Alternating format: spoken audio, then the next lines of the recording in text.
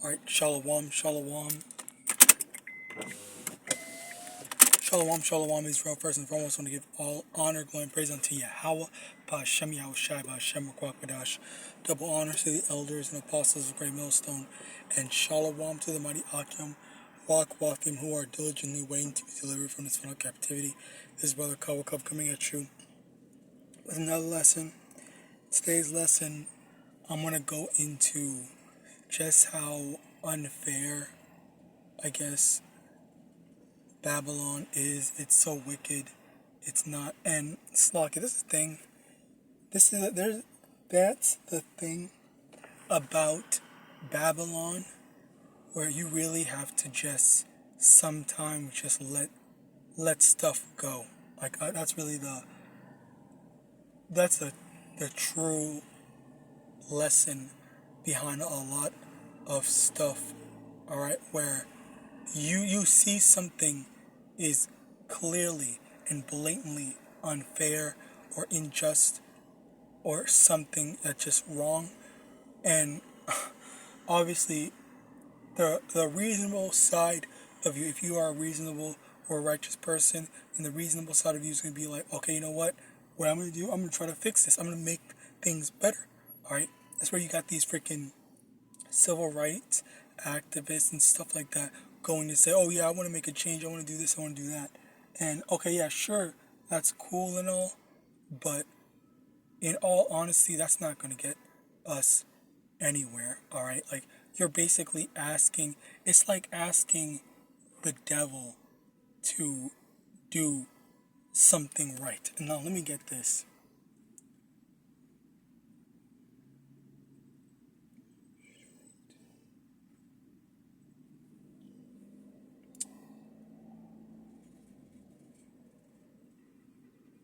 Ecclesiastes chapter 7 verse 13. Consider the work of YAHAWAH, for who can make that straight which he hath made crooked? All right, that's the thing. You know, you can't fix or you can't change something that the Lord intended to be crooked, that the Lord intended to be messed up, unfair, unjust, wicked, and all that stuff. You can't change something that the Lord put into place. Okay. Now there are times. Okay, there are times when the Lord did make it possible for someone to change, for someone to say, okay, you know what? I realize my mistake. I see where I went wrong. And there's a multitude of different ways that someone out can adjust themselves or fix themselves. All right, but that's up to the Lord to decide whom will get changed, who will, have that awakening. All right, so as a result of that, it's not. Sometimes when you try talking to someone, you say, "Hey, this isn't right," or "This is wrong," or this seems messed up," or "This seems not fair." All right, then it's like it goes in one ear and then goes out the other.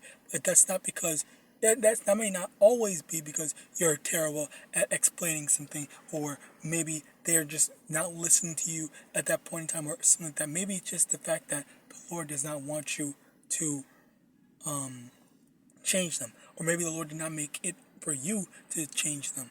All right, and the reason why I am bringing this up is because I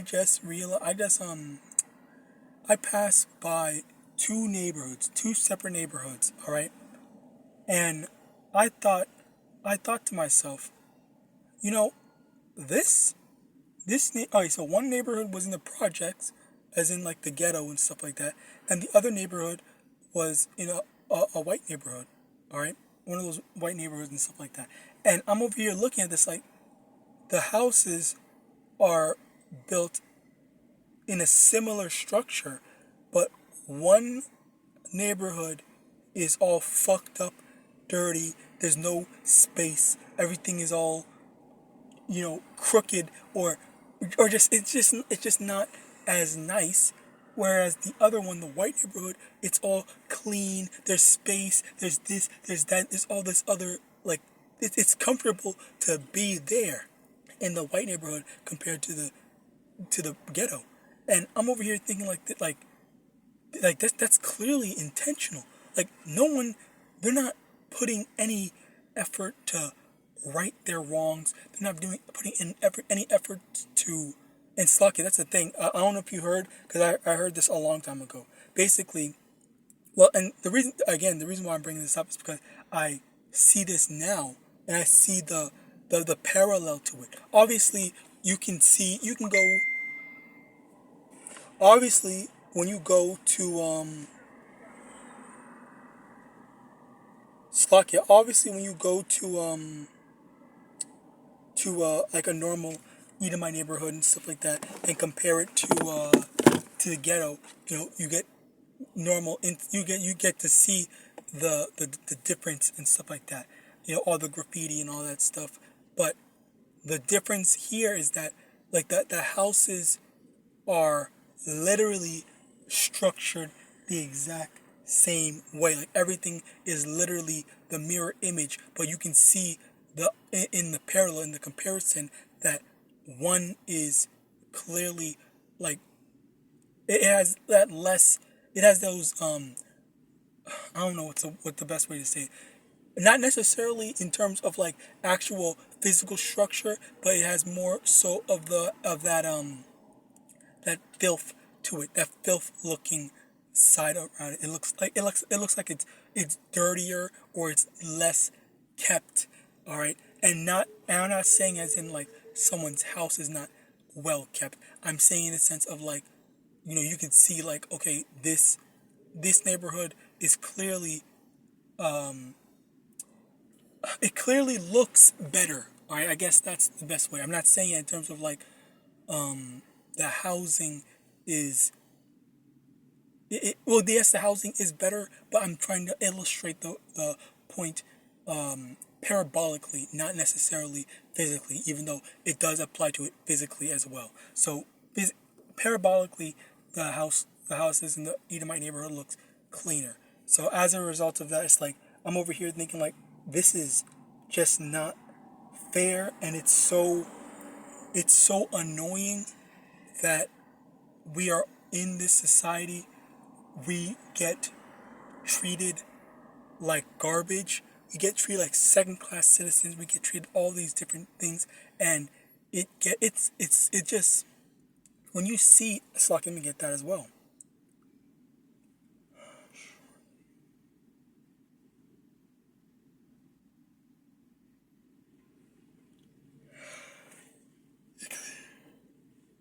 Ecclesiastes chapter 7 verse 7. Surely oppression maketh a wise man mad, and a gift destroyeth the heart.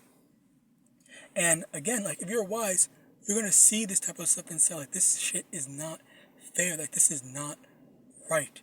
Why is it that you're fine with putting in all this effort to fix their stuff, make their stuff better, but you can't do the exact same thing when you're the reason why we're suffering like this in the first place? All right, especially with a nation, the Babylonians, that claim to be followers of the Bible, but we know that that's not true. We know that they hate the Bible. We know that they hate the Most High Yahawah. All right, we know that that's what all these freaking that's all these Edomites and Babylonians in general. Okay, they do not love Yahawah. All right, so as a result of that, it's just like, it just makes me think, and it makes me so disappointed at like how there's a duality to it as well, because on one side I am disappointed at how unjust things is, and how like, there's just never any rest. There's never any peace. I never get my my slice of the pie, okay, simply because of the race I was born in, or whatever. All right, like this is how the things are in this society. Okay, you don't get to thrive and enjoy life. You have to suffer. You literally have to suffer simply because of the color of your skin, the features that you have, and the way you look. All right, this is Babylon for you. All right, but the second side of it, the other half of that is that I am happy to be on the suffering side, simply because this. Let's get that. First Peter.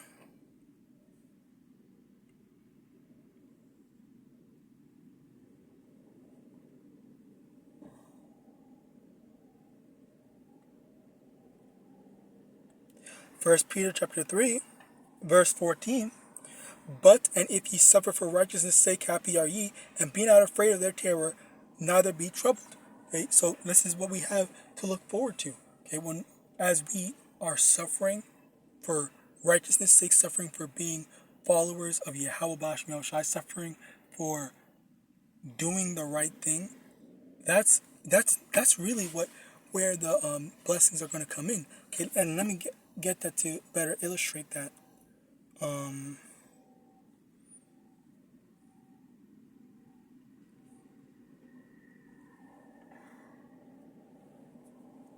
John 14:2, in my Father's house are many mansions. If it were not so, I would have told you, I go to prepare a place for you.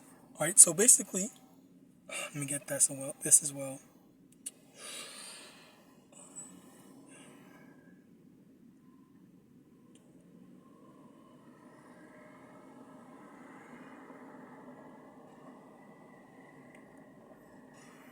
Second Corinthians chapter 4, verse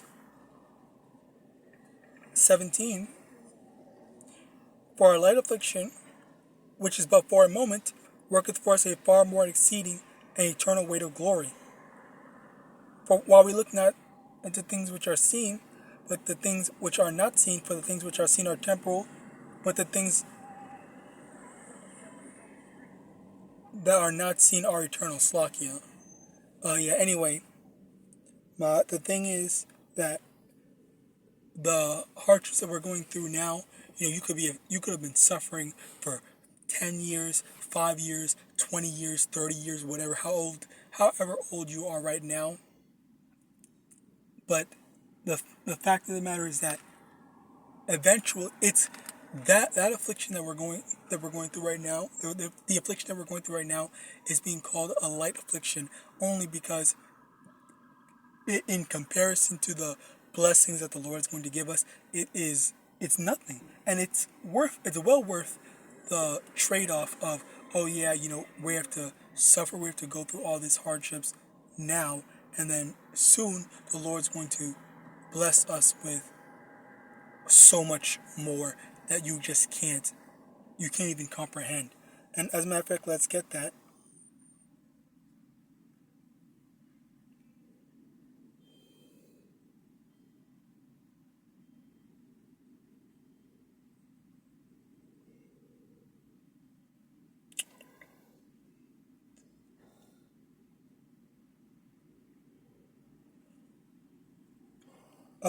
Deuteronomy chapter 28, verse 1.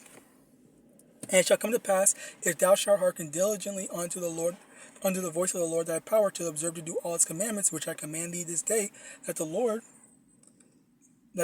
thy power will set thee on high above all nations of the earth, and all these blessings shall come on thee and overtake thee, if thou shalt hearken unto the voice of the Lord thy power. Okay, and then it lists down from verse 3 all the way down to verse 14, I guess, 13 or 14. Basically, you can read that on your own if you want to, but basically the main point I'm trying to get at is that over here in verse 2, it says that all these blessings shall come on thee and overtake thee. Now, imagine that, like, you have so much good that it overtakes you. It's like, it's so overwhelming, like, it's just so good, like, you can't even comprehend how good it is. And on top of that, we were given the example of John 14:2, where it says, in my Father's house are many mansions. Okay, so with that, there is the thing of you inside the house of the Lord. we all are going to get our own mansions. Now imagine, Slocky again, imagine that. I keep on saying that, but it, like, you just have to keep on, you just have to have the imagination for it, all right? And that's another thing where, you know, people don't really have the imagination to really think about that, because even with a good imagination, like, if you thought about something so nice, like, oh, most or more convenient way to do X, Y, and Z or whatever, it still only gets better than that. All right.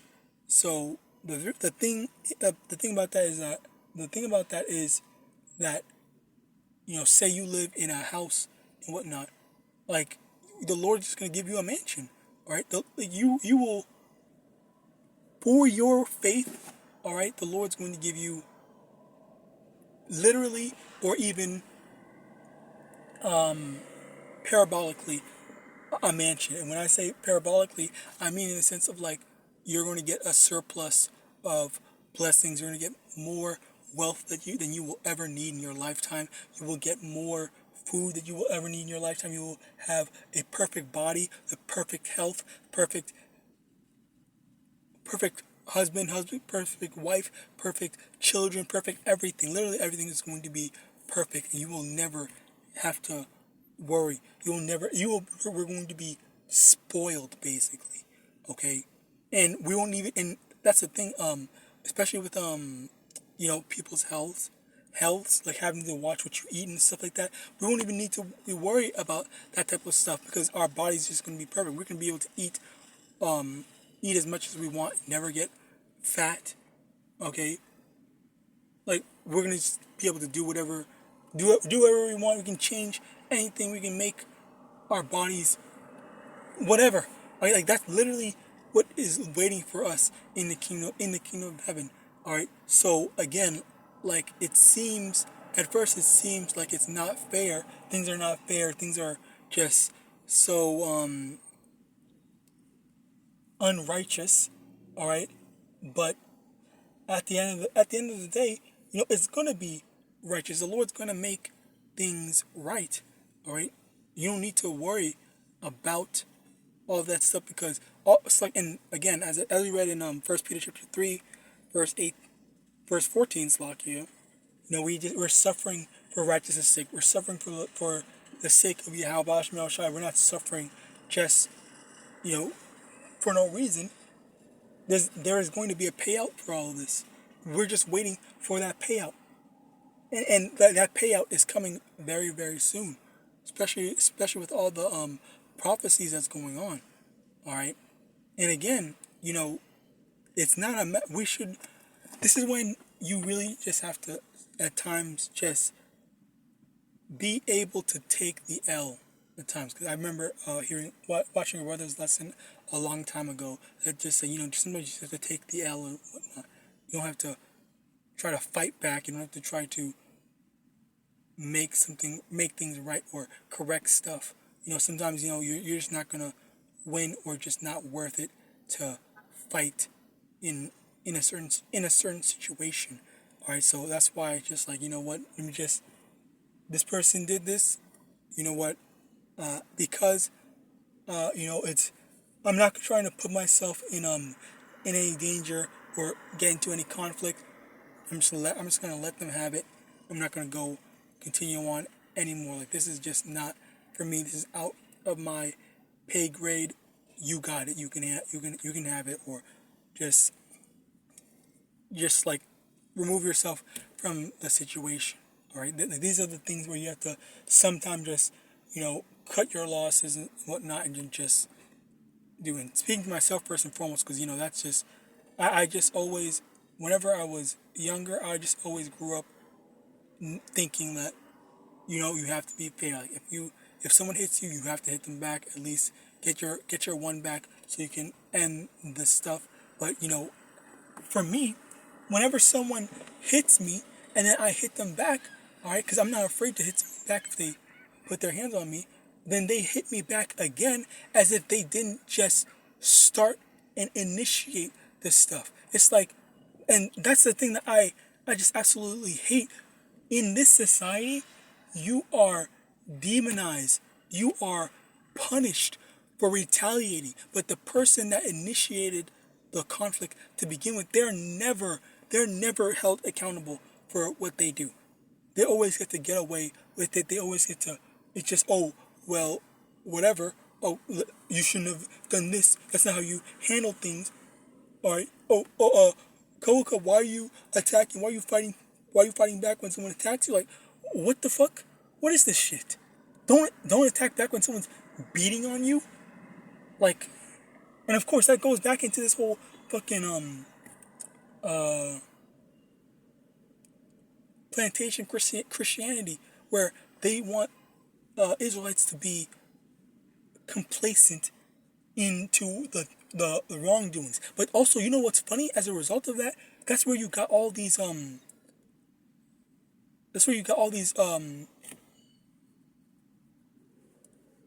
suicides.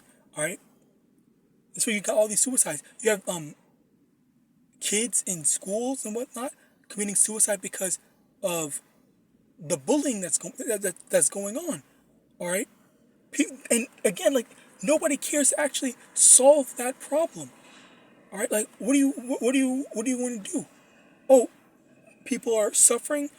Well, then I don't care. I still want these people to follow and do what I want them to do. I don't care that it's having a negative effect on the population.